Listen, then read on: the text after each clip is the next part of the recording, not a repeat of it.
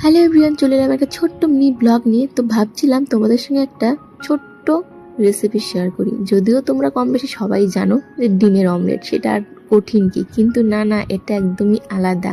কারণ আর ডিমের অমলেট খেতে আমার বা সোনুর দুজনের কারোরই ভালো লাগে না। আর আজকে রাত্রে বানিয়েছি রুটি, তো সাথে কি খাবো ওটাই ভাবছিলাম। তারপরে ভাবলাম যে ডিমই ভেজে নিই আর তোমাদের সঙ্গে একটু শেয়ার করি আমরা কীভাবে ডিম ভাজা খাই।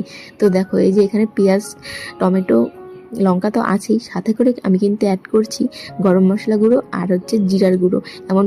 এমনকি আমি যখন পেঁয়াজ আর লঙ্কার গুঁড়ো মিক্সড করেছিলাম তখনও কিন্তু এই জিরার গুঁড়ো আর ধনিয়ার গুঁড়ো দিয়েছি। আমার ডিম ভাজা খেতে খুবই বাজে লাগে, কিন্তু এভাবে ঝুরি ভাজা করে ভাজলে পুরো একবারই কখন শেষ হয়ে যায় সেটাও বুঝতে পারি না। তো দেখো, আমার কিন্তু ডিম ভাজা রেডি। আর এটা কিন্তু সোনু খেতে ভীষণ ভালোবাসে, পুরো এক বেটি ডিম ভাজা দিলেই কখন খেয়ে নেবো দুজনে মা আমি বুঝতেই পারবো না।